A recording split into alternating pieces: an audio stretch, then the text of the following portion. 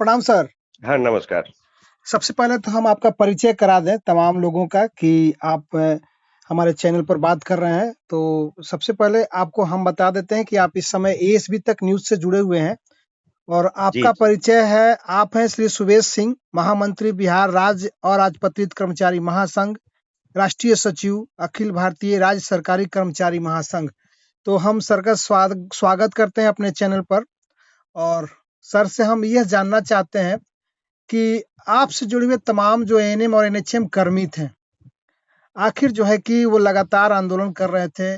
आपने जो है कि आंदोलन समाप्त कर दी है। सारी बातों को हम रखेंगे कि क्यों आंदोलन समाप्त हुआ, ऐसी क्या ज़रूरत पड़ी।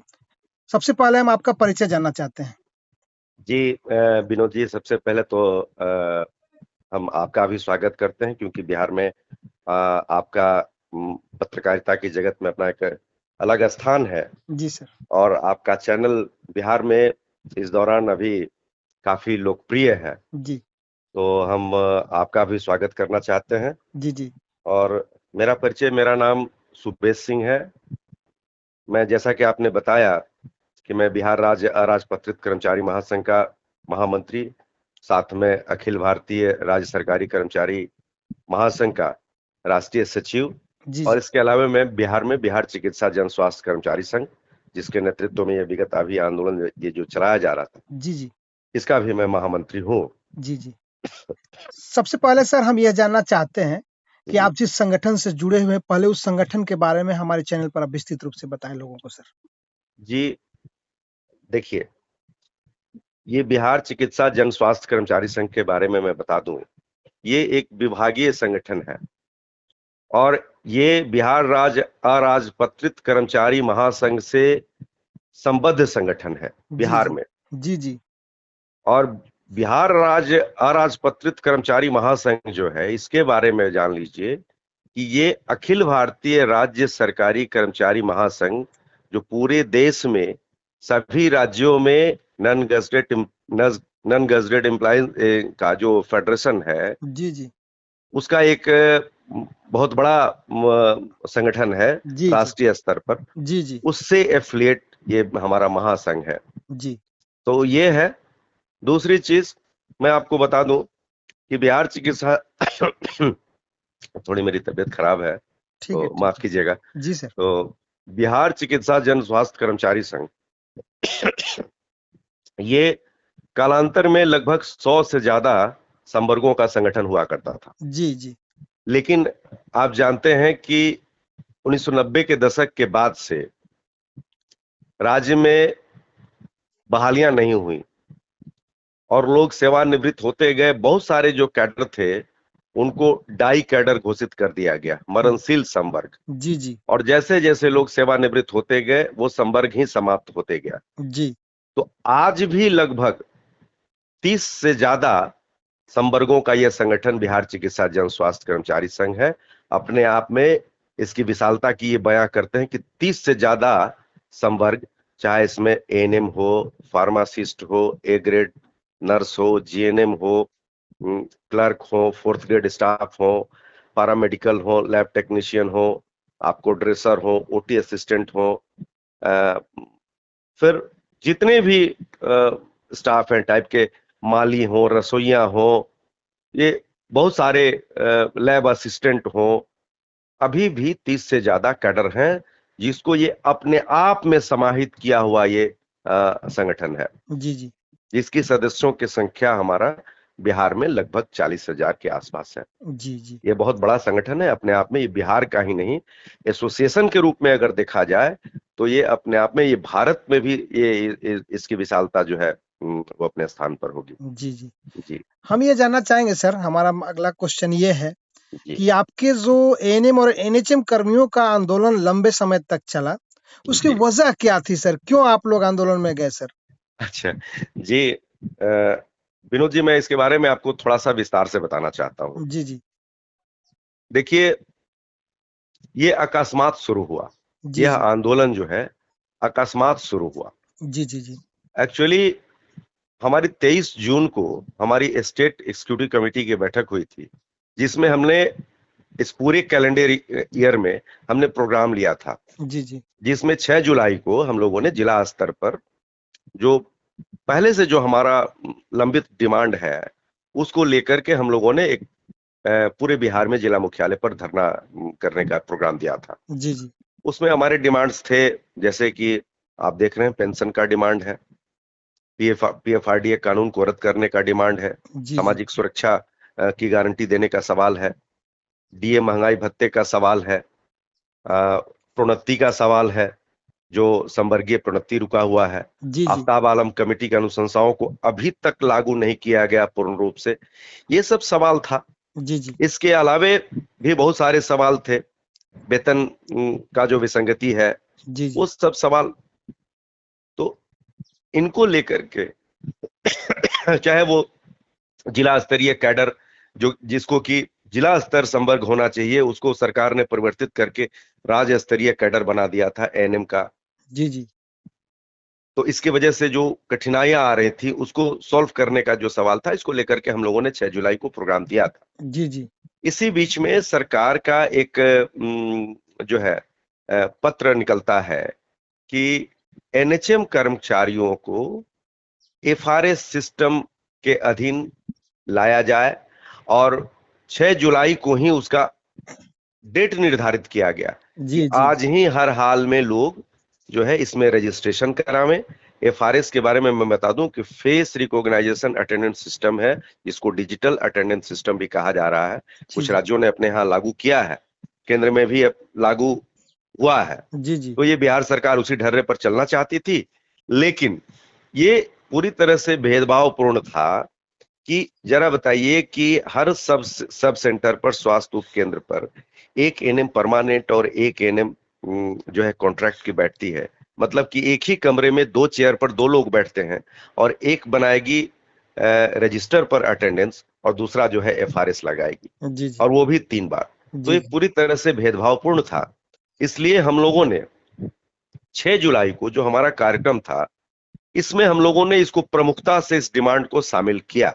जी जी और मैं आपको याद दिला दूं कि आपने बड़े पैमाने पर पहुंच करके हमारे आंदोलनों में उसको कवरेज दिया था, जी सर जी जी बहुत बेहतरीन कवरेज दिया था। जी जी आपने देखा होगा कि उसमें जो तमाम जो 20 सूत्री जो डिमांड था, जो अन्य कर्मचारियों को लेकर के, अन्य कैडर्स को लेकर के था, वो नेफ्ट में चला गया था, और ये एफआरएस को वापस लो, ये डिमांड हमारा उसमें छाया रहा। जी जी तो यहीं से इसकी शुरुआत होती है, और इसके बाद 7 जुलाई को हमारी बैठक थी पहले से महासंघ की। जी जी वहां हम लोगों ने उस बैठक के दरमियान ही जो हमारे हेल्थ से जुड़े हुए लोग जो आए हुए थे, उनके साथ एक अलग मीटिंग करके हम लोगों ने उसमें तय किया जी कि जी भाई ये सरकार का रवैया तो ठीक नहीं है। और दूसरी तरफ मैं ये बता दूं कि हमारा संगठन जो है वो पूरी तरह से डेमोक्रेटिक फंक्शनिंग ऑर्गेनाइजेशन है। जी जी इसमें जो लोग हैं वो कर्मचारी ही हैं, जी जी कोई बने बाहरी लोग इसमें नहीं है। जी जी तो हम लोगों ने ये तय किया कि पहले सरकार के रुख को जाना जाए और डेमोक्रेटिक तरीके से ही इसकी शुरुआत किया जाए। जी तो 7 की जो हमारी बैठक हुई थी, उसमें हम लोगों ने तय किया कि 8 से हम जो है इसका विरोध स्वरूप सभी संस्थानों में पूरे बिहार में ब्लैक रिबन प्रोग्राम हम लोग, प्रोटेस्ट में हम लोग इसको ये करेंगे। तो जी हम जी लोगों ने ये प्रोग्राम दिया। इसके बाद कुछ जिलों में स्वतः स्फूर्त आंदोलन की शुरुआत हो गई। जी जी एनएचएम कर्मी जो था उसकी आयु जो है वो 1.5 से 2 साल की ही थी, मैंने वो शैशवा अवस्था में है वो जी जी अभी। किसी की बहाली 2021 में हुई है, किसी की 22 में हुई है, किसी की 20 में हुई है, मतलब 3 से 4 साल। जी जी तो वो लोग अनुभवहीन लोग थे, लेकिन उनके ऊपर जो मुसीबतों का पहाड़ अचानक टूटा था, जी जी तो उससे निश्चित था कि उनके भीतर स्वतः स्फूर्त आक्रोश का उपजना, जी जी ये तो तय ही था। जी तो कई एक जिलों में जो है वो 8 जुलाई से स्वतः स्फूर्त आंदोलन की शुरुआत हो गई। जी और आपको बता दूं कि सभी जिलों में हमारा ऑर्गेनाइजेशन है, हमारी यूनिट है। जिलों के अलावा नीचे प्रखंड स्तरों पर, निचले स्तर पर भी हमारी यूनिट है। वहां से लोग लगातार हमसे बात करने लगे कि सर अगर इसको नहीं देखा जाए, अगर नहीं देखा जाएगा तो इसको कैसे किया जाएगा। तो वो आंदोलनों का कुछ फुटेज हमारे पास आया जिसमें ये नारे लग रहे थे कि एफआरएस को वापस लो, समान काम के बदले समान वेतन दो। जी जी ये सिर्फ दो ही डिमांड जो है उस वक्त तैर रहा था। जी जी जी 8 जुलाई से जब आंदोलन की शुरुआत हुई तो सिर्फ दो ही डिमांड तैर रहा था कि एफआरएस को वापस लो, समान काम के बदले समान वेतन दो। जी जी तो आपको बता दूं कि समान काम के समान वेतन की मांग जो है वो आज से नहीं, हमारा संगठन चाहे वो बिहार चिकित्सा जन स्वास्थ्य कर्मचारी संघ हो, चाहे फिर हमारा राज्य में महासंघ हो, या फिर जिससे हम ऑल इंडिया में जुड़े हुए हैं अखिल भारतीय राज्य सरकारी कर्मचारी महासंघ, ये जी जी अखिल भारतीय स्तर पर लगातार, मतलब ये 91 के बाद से, 1991 के बाद से, और बिहार में कॉन्ट्रैक्ट सिस्टम की शुरुआत 2005 के बाद शुरू हुई, तो यहां भी 2005 के बाद से ये लगातार माने व्यापक रूप से इसकी मांग माने हो रही थी। जी जी और आपको बता दें कि माननीय सर्वोच्च न्यायालय ने भी समान काम के बदले समान वेतन के संबंध में अपने तरफ से एक डायरेक्टिव भी जारी किया हुआ है। जी लेकिन सरकारों का चरित्र आपसे छुपा नहीं है। ये सरकारें जो है ये सुप्रीम कोर्ट को भी नहीं समझती हैं, सुप्रीम कोर्ट को भी नहीं मानती हैं, कोई संवैधानिक संस्थाओं को भी नहीं समझती हैं। तो फिर ये हमारी लड़ाई तो लंबे समय से चल रही है। जी जी और अब रह गई बात एफआरएस। तो एफआरएस के बारे में मैं बता दूं कि 1990 से 90 के दशक के बाद से राज्य में बहालियां समाप्त कर दी गई, जी कोई जी नई बहाली नहीं हो रही थी। जी जो सरकारी कर्मचारी सेवा में थे वो धीरे धीरे धीरे धीरे धीरे धीरे करके रिटायर हो रहे थे। जी जी मानव की कमी हो रही थी, जबकि प्रदेश की जनसंख्या जो है वो बढ़ रही थी, और कर्मचारियों की संख्या माने कम होने के बावजूद भी बढ़ी हुई जनसंख्या को सेवा प्रदान ये कर्मचारी कर रहे थे। जी 2005 में जब सत्ता परिवर्तन हुआ और जब सरकार बदली तो उन्होंने जो इंफ्रास्ट्रक्चर को बदलने की शुरुआत की, जी जी और उसमें उन्होंने कॉन्ट्रैक्ट की बहाली करने का निश्चय लिया। जी जी क्योंकि राष्ट्रीय स्तर पर तो वो पहले से शुरू हो गया था 90 के दशक से, जी जी लेकिन बिहार में उसके बाद से उन्होंने इसकी शुरुआत की। जी हम लोगों ने इसका कड़ा प्रतिरोध किया कि हम कॉन्ट्रैक्ट की बहाली नहीं होने देंगे। आपको यदि बहाली करनी है तो पोस्ट सैंक्शन है, उस पद पर आप नियमित बहाली करें। लेकिन उस वक्त सरकार की तरफ से रोना रोया गया कि प्रदेश की माली हालत जो है काफी जर्जर है, हम अभी कर रहे हैं और बहुत जल्द हम इन कर्मचारियों को जो सैंक्शन पोस्ट है इस पर हम नियमित करेंगे साथियों। उस वक्त लड़ाई हमारी बहुत जोरदार हुई थी, लेकिन सरकार की मंशा कुछ और थी। तो सरकार ने कर्मचारियों को बदनाम करना शुरू किया। जी बदनाम ये करना शुरू किया कि ये कर्मचारी मोटी रकम लेते हैं वेतन के रूप में, काम नहीं करते हैं। जी मतलब उनका कहने का मतलब था कि जिस कर्मचारी को जिस काम के लिए हम 30,000 वेतन देते हैं वो 30,000 के लायक काम नहीं करते हैं। ये देखिए इतनी बड़ी बेरोजगारी है कि लोग 5,000 4,000 पर लोग काम करने के लिए तैयार हैं। जी आपको बता दें कि उस वक्त एनएम के पद पर संविदा पर बहाली की शुरुआत हुई थी, तो एनएम का वेतन मान था 4,000 से 6,000 का। तो उसमें उसका न्यूनतम जो वेतन था 4,000, उससे 100 रुपया नीचे करके 3900 पर बहाली उसमें शुरू हुई थी। जी जी तो इसी तरह से A grade staff nurse GNM के पद पर भी जो है उसका जो न्यूनतम वेतन का जो स्लैब था उससे 100 रुपया नीचे करके उस बहाली हुई थी। जी जी साथियों, ये विनोद जी, मैं आपके चैनल से ये बताना चाहता हूं जी सर। कि उस दरमियान ये बिहार चिकित्सा जन स्वास्थ्य कर्मचारी संघ ने तय किया कि हम आम जनता के बीच में जाएंगे, आम जनता के बीच में जो गलतफहमियां जा रही हैं, जो जो संदेश जा रहे हैं कि ये सरकारी कर्मचारी काम नहीं करता है, सिर्फ वेतन लेता है, जी जी तो उनको बताने के लिए हमने ये तय किया कि जो देश में डॉक्टर भोर कमेटी बनी थी सरकार के द्वारा, जी जी उसकी जो अनुशंसाएं थी उसको अभी तक लागू नहीं किया गया। जी वो क्या था कि आबादी के अनुपात में स्वास्थ्य उपकेंद्र बने, आबादी के अनुपात में अतिरिक्त प्राथमिक स्वास्थ्य केंद्र बने, प्राथमिक स्वास्थ्य केंद्र बने, ताकि आम जनता को स्वास्थ्य सुविधा मुहैया कराया जा सके। जी जी हम लोगों ने उस वक्त नारा दिया कि स्वास्थ्य को संविधान के मौलिक अधिकार में शामिल करो, राइट टू हेल्थ का डिमांड किया। हमने कहा कि भाई स्वास्थ्य उपकेंद्र तक दवा और डॉक्टर की उपस्थिति सुनिश्चित करो। जी तो जी ये सब तो सरकार के पास था नहीं, और हमने जनता से जुड़ा सवाल को वहां कहा कि अस्पतालों में मुफ्त जांच की सुविधा दो, अस्पतालों में मुफ्त जो है एक्सरे और आपको अल्ट्रासाउंड की सुविधा दो, जी जी रोगियों को जो है बेहतर जो है वहां पथ्य जो मिलता है मरीजों को अस्पतालों में, उसको बेहतर करो, मुफ्त में खाना दो अस्पतालों में, निचले स्तर पर प्राथमिक स्वास्थ्य केंद्र, अनुमंडल अस्पताल, रेफरल अस्पतालों तक, जो सिर्फ सदर अस्पताल तक सीमित था। जी जी तो इसकी डिमांड हम लोगों ने उस वक्त किया, और बिहार चिकित्सा जन स्वास्थ्य कर्मचारी संघ 2006 में लोक स्वास्थ्य संसद का आयोजन किया पहली बार।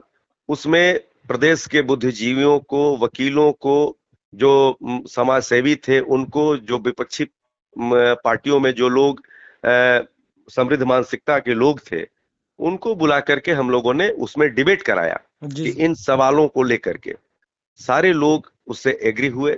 और हमारा जो हमने ड्राफ्ट जो वहां रखा कि डॉक्टर भोर कमेटी की जो अनुशंसा थी पॉपुलेशन के रेशियो में, जी तो जी जो बिहार की पॉपुलेशन थी उसके अनुसार उस वक्त 40,000 नर्सेज की आवश्यकता थी। जी और उस लड़ाई को हम लोगों ने शुरू किया, और उसको लेकर के हम लोगों ने उस दौरान, यदि आपको याद होगा तो मैं स्मरण दिला दूं, संभवतः आपको याद नहीं होगा, जी जी कि उस दौरान हम लोगों ने पूरे प्रदेश में वाहन जत्था चलाया था, एक अभियान चलाया था, सभी शहरों में, कस्बों में नुक्कड़ सभा किया था, नुक्कड़ नाटके किया था ना, नाटकों के माध्यम से आम जनता को ये बताने का काम किया था कि हम लड़ाई कहीं ना कहीं आपके लिए लड़ रहे हैं, ग्रामीण स्वास्थ्य सेवा को सुदृढ़ बनाने की लड़ाई लड़ रहे हैं, सबको जो है स्वास्थ्य सुविधा मुहैया कराने की लड़ाई लड़ रहे हैं।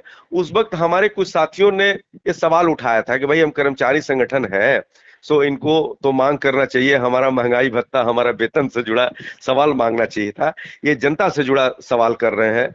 जी तब जी हम लोगों ने समझाया लोगों को कि जी ये जनता से जुड़ा तो सवाल है ही है, ये आपसे भी जुड़ा सवाल है, क्योंकि आबादी के अनुसार अगर सृजन होगा स्वास्थ्य उपकेंद्र का, अतिरिक्त प्राथमिक स्वास्थ्य केंद्र का, प्राथमिक स्वास्थ्य केंद्र का, जी तो जी इसमें बड़े पैमाने पर मानव बल की आवश्यकता होगी, और उस मानव बल पर जो बहालियां होगी वो किसकी होंगी।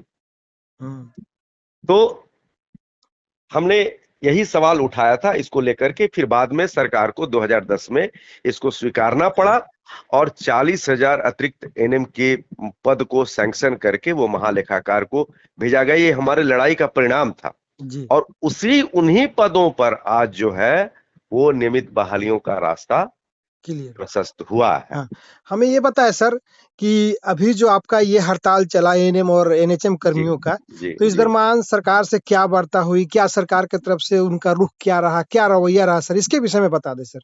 जी विनोद जी, मैं आपको बता दूं कि सरकार के चरित्र को आप भी भली भांति जानते हैं। जी ये जब से आंदोलन हुआ उस वक्त से सरकार हमसे कोई वार्ता, हमसे या किसी से जी जी कोई बातचीत करने के लिए तैयार नहीं थी। जी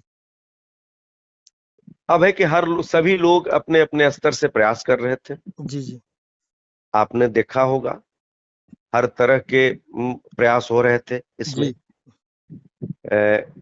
कभी लोग एसीएस के यहाँ पहुंच रहे थे, जी जी कभी मंत्री के यहाँ पहुंच रहे थे, कभी विजय चौधरी के यहाँ लोग पहुंच रहे थे। जी जी हम भी 7 अगस्त को हम लोग भी गए थे माननीय स्वास्थ्य मंत्री मंगल पांडे जी के यहाँ, जी जी लेकिन हमारी संक्षिप्त बात हुई थी, और वो अधिकृत वार्ता नहीं थी हमारी। जी जी वो वार्ता उन्होंने सिर्फ यही कहा था कि आप इस आंदोलन को समाप्त कराइए और बैठिए हमारे साथ, तब फिर हम बातें करेंगे। जी जी हम लोगों ने कहा कि ये आंदोलन हमारा चलेगा, चूंकि सरकार का इसमें अप्रोच जो है वो अभी तक नेगेटिव है, वो बातचीत करने के लिए तैयार नहीं है। तो इसलिए हम लोगों ने फिर वहां से आंदोलन को हम लोगों ने जारी रखने का काम किया। जी जी इस बीच में हमारी या किसी से सरकार की कोई बात नहीं हुई। नहीं हुई। अब मैं जी आपको देखिए, मैं एक बात वहां से मैं स्लिप कर गया था, मैं आपको बता दूं कि जब साथियों ने जब हमसे कहा 8 तारीख के बाद कि आप इस आंदोलन का नेतृत्व करें, हमारे बहुत सारे लोग इस आंदोलन में शामिल हो गए हैं जो हमसे नेतृत्व की मांग कर रहे हैं कि चिकित्सा संघ आए हमारा नेतृत्व करे। जी जी तो हमने इस पर तय किया 11 तारीख को जी कि सिर्फ एफआरएस का विरोध हम कैसे कर सकते हैं। जी जी एक तरफ सरकार हमको बदनाम करती है कि ये लोग काम नहीं करते हैं, मोटी रकम वेतन के रूप में लेते हैं, और यदि हम एफआरएस को सिरे से नकारते हैं तो सरकार के इस माने बात को प्रमाण मिलेगा कि ये लोग काम पर नहीं जाते हैं रेगुलरली, इसलिए ये एफआरएस को नहीं लगाना चाहते हैं। जी जी तो जी हमने इसको तार्किकता के साथ जोड़ा। हमने कहा कि जो स्वास्थ्य उपकेंद्र है वहां इंफ्रास्ट्रक्चर की कमी है, स्वास्थ्य उपकेंद्र का अपना भवन नहीं है, वहां कोई आवासीय सुविधा नहीं है, पीने की पानी की व्यवस्था नहीं है, स्वच्छ पेयजल की व्यवस्था नहीं है, शौचालय नहीं है, महिलाएं काम करती हैं 90% से ज्यादा, जी उनको अगर शौच की जरूरत हो तो वो कहां जाएंगी। और प्लस 9 से 5 की बात कही जा रही है, ज्यादातर सुदूर ग्रामीण क्षेत्रों से पब्लिक ये ट्रांसपोर्ट की व्यवस्था नहीं है, सार्वजनिक परिवहन की व्यवस्था नहीं है। जी जी अगर सपोज कीजिए कि प्राथमिक स्वास्थ्य केंद्र जो जिला मुख्यालय से ही 30 किलोमीटर 40 किलोमीटर की दूरी पर है और वहां से 15-20 किलोमीटर की दूरी पर स्वास्थ्य उप केंद्र है, जी तो जी वहां अगर अगर स्वास्थ्य ये प्राथमिक स्वास्थ्य केंद्र के पास अगर है महिला कर्मियों का, जी तो जी वहां भी 5 बजे के बाद उनको लौटने में परेशानी होगी। जी जी अब उनको कोई सुरक्षा की कोई व्यवस्था नहीं है। हमने ये कहा कि बिहार में अभी कई एक ऐसे जगह हैं, जैसे आप अधौरा पहाड़ चले जाइए, वहां पहुंचने में आपको 3 घंटा लगता है पहाड़ पर। जी आप भोजपुर में आप खवासपुर है जो गंगा की धारा के उस पार है, गंगा की धारा के उस पार है स्वास्थ्य उपकेंद्र। जी आप जी गया जिले में चले जाइए, बाराचट्टी, इमामगंज, डुमरिया, जो जंगलों में प्राथमिक स्वास्थ्य उपकेंद्र है, और वहां से जो है 18 किलोमीटर 20 किलोमीटर 25 किलोमीटर तक स्वास्थ्य उपकेंद्र है, जी जी जहां पर आए दिन जो है समाचार आते रहते हैं कि सीआरपीएफ और नक्सलियों के बीच में मुठभेड़ होते रहते हैं जंगलों में। आप चले जाइए बगहा, जो बेतिया से 115 किलोमीटर की दूरी पर है, जो मिनी चंबल के नाम से जाना जाता था, है जो बिहड़ो में स्वास्थ्य उपकेंद्र है। आप चले जाइए मधेपुरा, जहां पर 3 महीने तक जिला मुख्यालय से संपर्क मुख्यालयों का कटा रहता है। आप चले जाइए कटिहार और पूर्णिया के इंटीरियर में, जहां पर जो तमाम तरह का जल जनित बीमारियां, और ऐसे क्षेत्रों में जो है मैंने महिलाओं को काम करना पड़ता है। जी जी मैं एक उदाहरण आपको बताया। जी जी और दूसरी चीज ये है कि महिलाओं की सुरक्षा के सवाल, एक तरफ सरकार जो है प्राथमिक स्वास्थ्य केंद्र में, रेफरल अस्पताल में, जिला अस्पताल में जी बड़े पैमाने पर सुरक्षा गार्डों की मैंने आउटसोर्सिंग के तहत बहाली करके वो अस्पताल के भवन की सुरक्षा और इत्यादि के लिए बड़े पैमाने पर जो है वो खर्च किया है। जी जी और जहां महिलाएं काम करती हैं रिमोट एरिया में, उनकी सुरक्षा की कोई गारंटी नहीं है। नहीं है। मैं बता दूं कि अभी आपने देखा होगा कि जिस तरह से अभी कलकत्ता में जी जी मेडिकल कॉलेज की पीजी की छात्रा, कलकत्ता जैसे शहर में वो सुरक्षित नहीं है, जिस तरह से उसके साथ दरिंदगी हुई और बलात्कार के बाद उसकी हत्या हुई। जी उसी तरह से उत्तराखंड के रुद्रपुर में एक जिला अस्पताल में काम करने वाली एक महिला नर्स के साथ, जो 8 बजे स्कूटी से घर लौट रही थी, उसका अपहरण हुआ और उसके बाद उसका गैंग रेप हुआ और उसके बाद उसका मर्डर हुआ। इस जी तरह से राजस्थान के अलवर में भी एक घटना घटी थी। तो जब ऐसे जिला स्तरीय अस्पतालों में, कलकत्ता जैसे शहरों में काम करने वाली महिलाएं सुरक्षित नहीं हैं। तो क्या आपको लगता है कि जिन जगहों का नाम अभी मैंने लिया है, क्या वहां के लोग सुरक्षित होंगे? जी और जी दूसरी बात कि सरकार ने इसमें सरकार के तरफ से, उनके पदाधिकारियों की तरफ से कहा गया कि नहीं, आपको गलत सूचना है, मैक्सिमम जगहों पर स्वास्थ्य उपकेंद्र का अपना भवन बन गया है। जी हम लोगों ने अपने स्तर से डेटा कलेक्ट किया तो 60% से ज्यादा स्वास्थ्य उपकेंद्र का अपना भवन नहीं है, जी जी और सरकार के तरफ से मात्र 500 रुपया महीना पर किराए के भवन में स्वास्थ्य उपकेंद्र चलता है। और वैसे जगह पर स्वास्थ्य उपकेंद्र चलता है जहां पर गांव में मकान का मालिक जो है एक कमरा मुहैया करा दिया है, बीच का कमरा में स्वास्थ्य उपकेंद्र चलता है, दाएं वाले कमरे में उसका भूसा रहता है, बाएं वाले कमरे में उसकी मवेशी बांधी जाती है। और जब भी मूड खराब होता है मकान मालिक का, जी तो वो जी नर्स को कहता है, एनएम को कहता है कि आपका सामान हम फेंक देंगे, हमको 6 महीना से जो है रेंट नहीं मिला है, आप रेंट दीजिए और तब यहां आकर के काम कीजिए। जी आए दिन धमकी देता है। तो ऐसे विकट परिस्थिति में काम करना पड़ता है। जी तो जी इसलिए हम लोगों ने इसको जोड़ा कि एफआरएस क्यों नहीं। हमने कहा कि 3 बार नहीं, 5 बार एफआरएस लगाने के लिए महिलाएं तैयार हैं, जी जी लेकिन आप महिलाओं को वहां आवासीय सुविधा दीजिए, शौचालय दीजिए, स्वच्छ पानी की व्यवस्था कीजिए।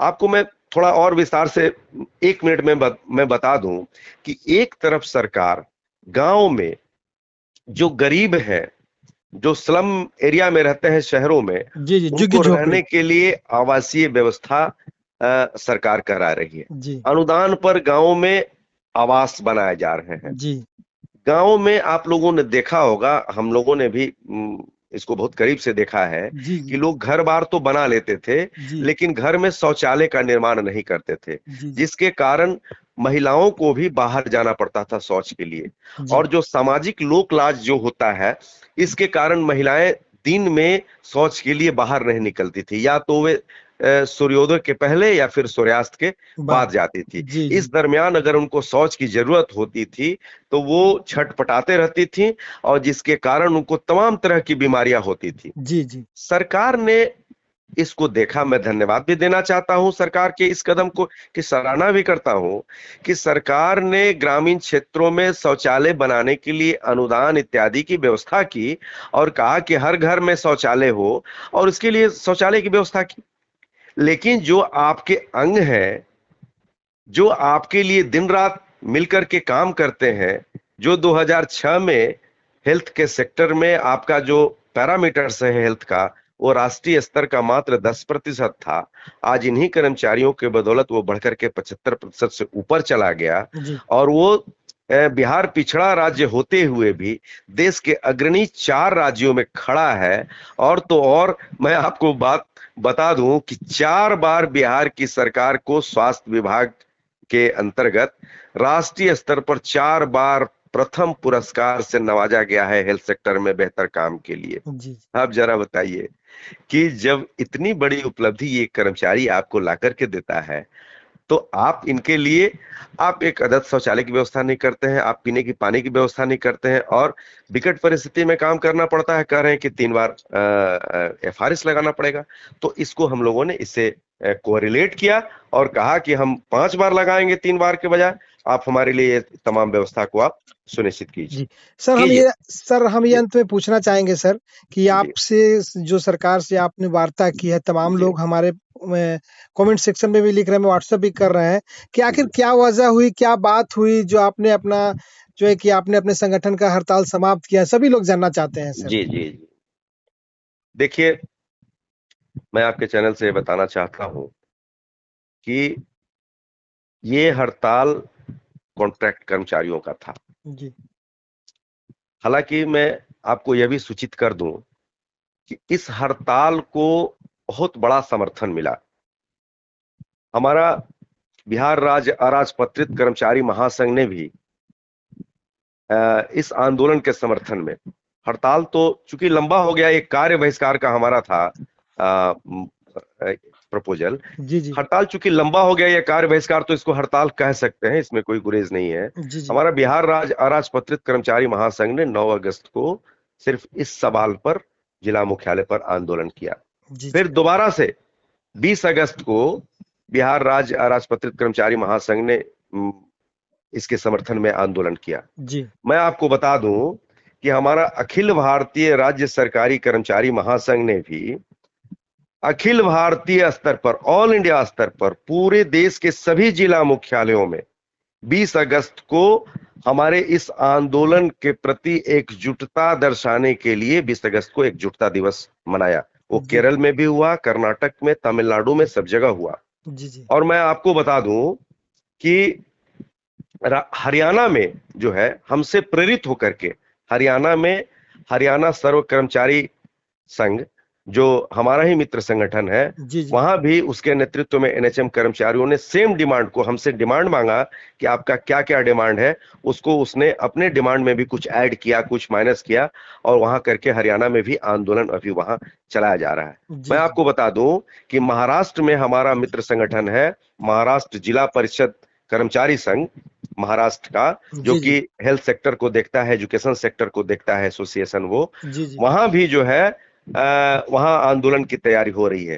तमिलनाडु में टीएनजीए, जिसका एक हिस्ट्री रहा है, वो तत्कालीन जयललिता सरकार से 2000 के दशक में उसने एक बहुत बड़ा आंदोलन किया था, उसका इतिहास है।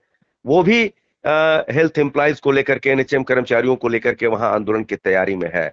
और बंगाल में भी coordination committee of west Bengal employees association के तरफ से भी, जो हेल्थ को देखता है, वहां भी एनएचएम कर्मचारियों के बीच में सुगबुगाहट है। बिहार का आंदोलन की सूचना वहां, फुटेज वगैरह, वीडियोज वगैरह वहां बंगाल भी जा रहा है, वो लोग देख रहे हैं, और वहां भी आंदोलन की तैयारी वहां भी लोग कर रहे हैं।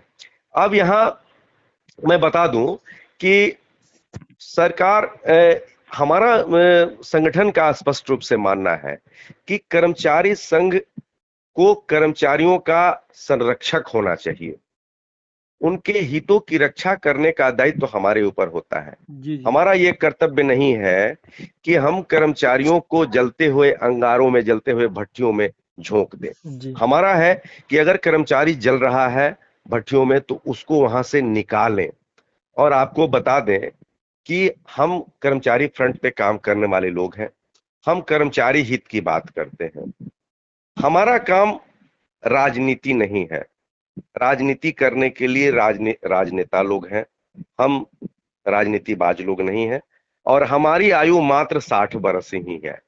60 बरस की उम्र के बाद जब हम सेवानिवृत्त होते हैं तो हम घर जाते हैं, और जो लोग नए लोग आते हैं वो कमान संभालते हैं। तो पुराने लोग जाते हैं और नए लोग आते हैं, यही हमारा परंपरा है। तो कहने का मतलब है कि कहाँ कर्मचारियों की हित का नुकसान हो रहा है, कहाँ कर्मचारियों के हित को संरक्षण करना है, ये देखना हमारा काम है। कर्मचारियों की सांसें टूट रही थी। हालांकि बड़ी मुस्तैदी और बहुत जाबाजी और दिलेरी के साथ एनएचएम कर्मचारियों ने संघर्ष किया। सरकार की समझ थी कि ये लोग लड़ नहीं पाएंगे, मुश्किल से 7-8 दिन में ये लोग खत्म हो जाएंगे, लेकिन काफी दिलेरी और जज्बा दिखाया एनएचएम कर्मचारियों ने। मैं उनका अभिनंदन करना चाहता हूं। तो डाटा जो सरकार का जो आ रहा था और जो फीडबैक आ रहे थे, उसमें लोगों की सांसें टूट रही थी। और मैं पहले भी कह चुका हूं कि सभी लोग अपने स्तर से प्रयास कर रहे थे कि सरकार से बातें हो जाए। सभी लोग कर रहे थे, हम लोग भी कर रहे थे। और मैं नाम नहीं बताना चाहता हूं, एक बहुत बड़े ट्रेड यूनियनिस्ट बिहार के, जो उनका लंबा इतिहास रहा है ट्रेड यूनियनशिप का, उन्होंने इस वार्ता को अरेंज कराया। और 3 तारीख को हम लोगों को संदेश भेजा गया कि 8:45 पर आप माननीय मंत्री के निजी आवास पर पहुंचे, आपकी वार्ता वहां अरेंज की गई है। आप वहां पहुंचे, आप वहां वार्ता करें, समय से पहुंचे। हम लोग वहां, सभी साथी हम लोग वहां पहुंचे, और हम लोगों ने यह तय किया था कि पहले से हम ड्राफ्ट बना करके जाए कि किस किस इशू पर, जो हमारा तो 12 सूत्री डिमांड था, तो किस तरह से प्राथमिकता के साथ हमको इश्यूज को पॉइंट वाइज हमको डील करना है। हालांकि 1 घंटे के बाद वो शुरू हुआ, 8:45 के बजाय वो 10 बजे शुरू हुआ। जी जी। और जो वार्ता हुई हमारी, उसका सकारात्मक कुछ पहलू निकल करके आया।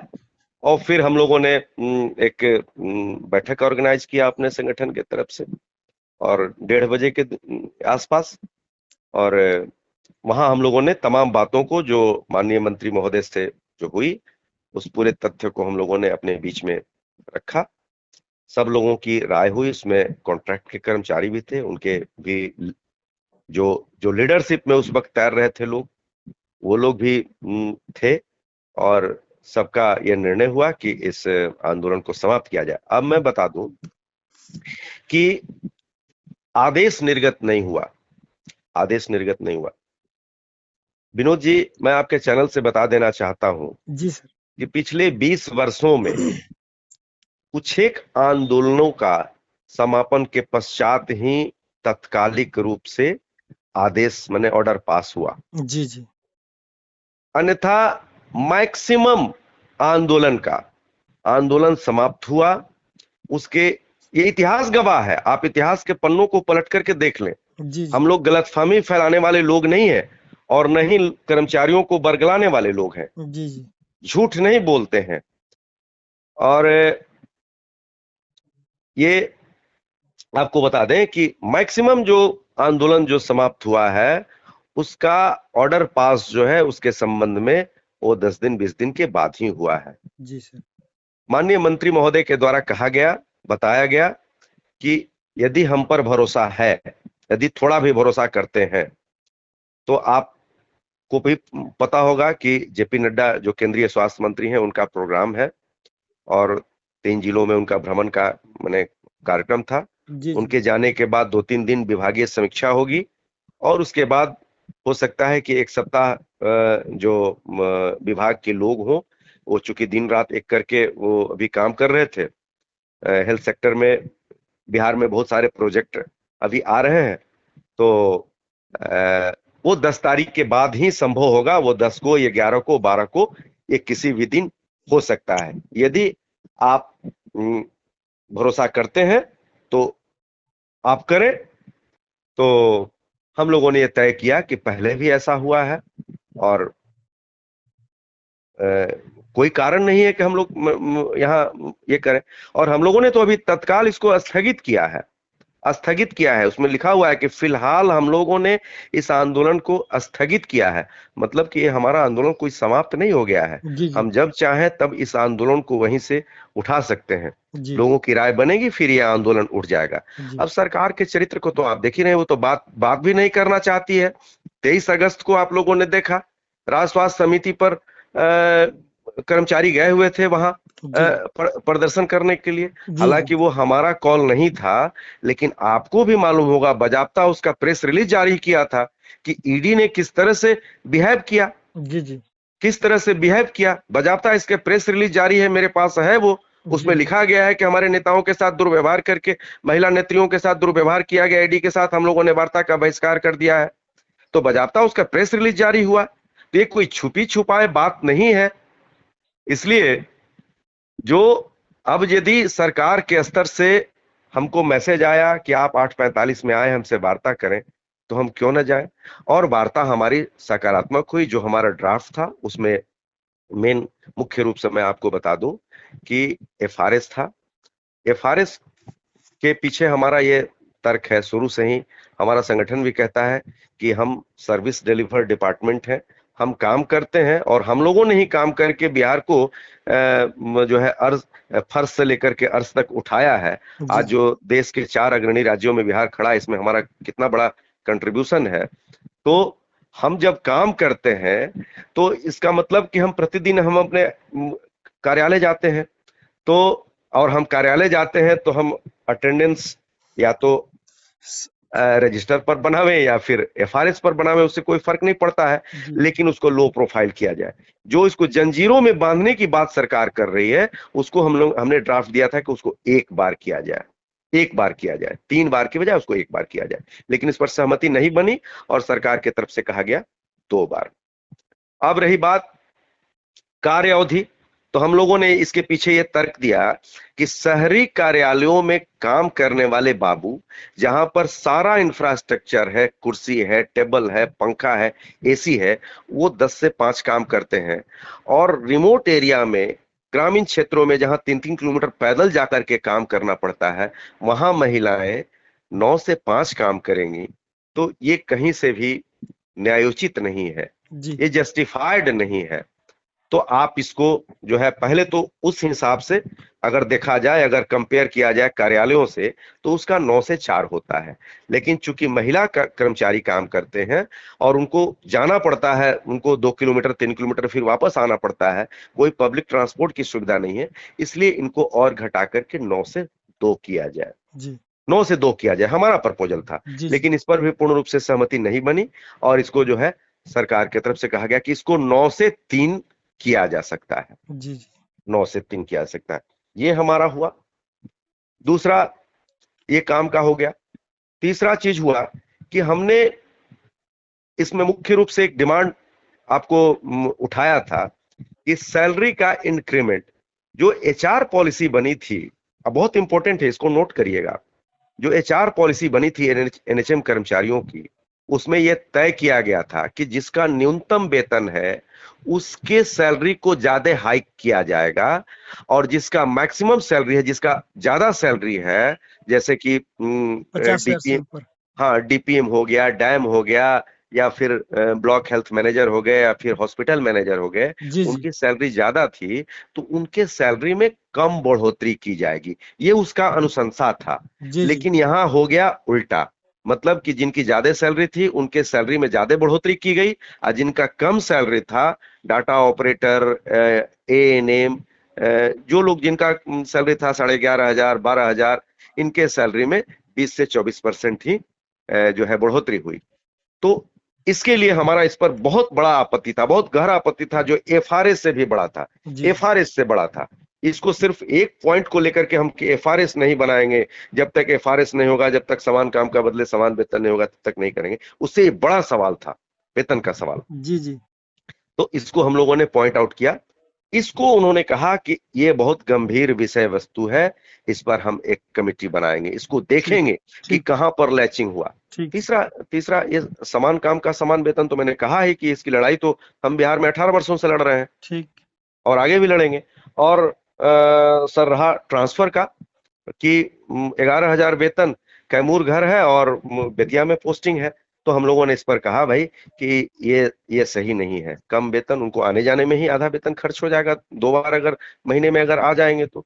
इसलिए उन्होंने कहा कि इसके लिए ट्रांसफर पॉलिसी इसकी बनेगी, इसकी कमेटी बनेगी, इसकी स्थानांतरण नीति इसकी बना दी जाएगी। जो पहले से नीति है उसमें यह तय नहीं था, इसमें कुछ समय लग सकता है, 6 महीना भी समय लग सकता है इसमें। ठीक है। ये सवाल था। और बाकी जो जो सवाल था, इसमें उनके तरफ से कहा गया कि इसके स्तर, विभागीय स्तर पर एक कमेटी बनाई जाएगी, जो इन तमाम सवालों को देखेगी, आपको क्या देने लायक है। लेकिन जो मूल सवाल था, हम लोगों ने वहां उसको डिस्कस किया। ठीक। तो बहुत बहुत धन्यवाद सर बात करने के लिए, और आपने काफी समय दिया है, इसके लिए बहुत बहुत धन्यवाद। तमाम बातों को जो है कि बारीकी से रखा है, और हमें आशा है कि जो लोग सवाल कर रहे थे उनको सारी बातों की जानकारी मिलेगी इसमें। तो जी बहुत बहुत धन्यवाद के साथ, बहुत बहुत आपका धन्यवाद भी के बहुत साथ। बहुत धन्यवाद जी विनोद सर, जी। जी थैंक यू। धन्यवाद।